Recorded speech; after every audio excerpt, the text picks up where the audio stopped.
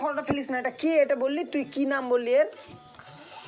আমার দিদি ভাইয়ের তুমি আবার এটা আমি যদি বলো তো কিভাবে তাহলে আমি লিখতাম না, ঠোঁট লিখলাম এটা। কিন্তু এই মুখটার সাথে তো তোমার মুখ মিলছে না, এটা তুমি না। ই ভাই হতো। হ্যাঁ, তাহলে তো হতো কি না? তাহলে এটা কে হলো তাহলে বলো?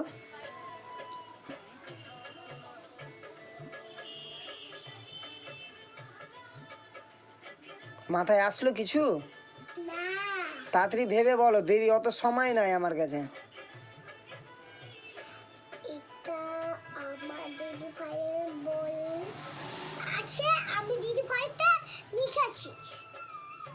তুমি এটা বললে, এখনই বললে এটা আমি, তো তোমার মুখটা তো মিলছেই না।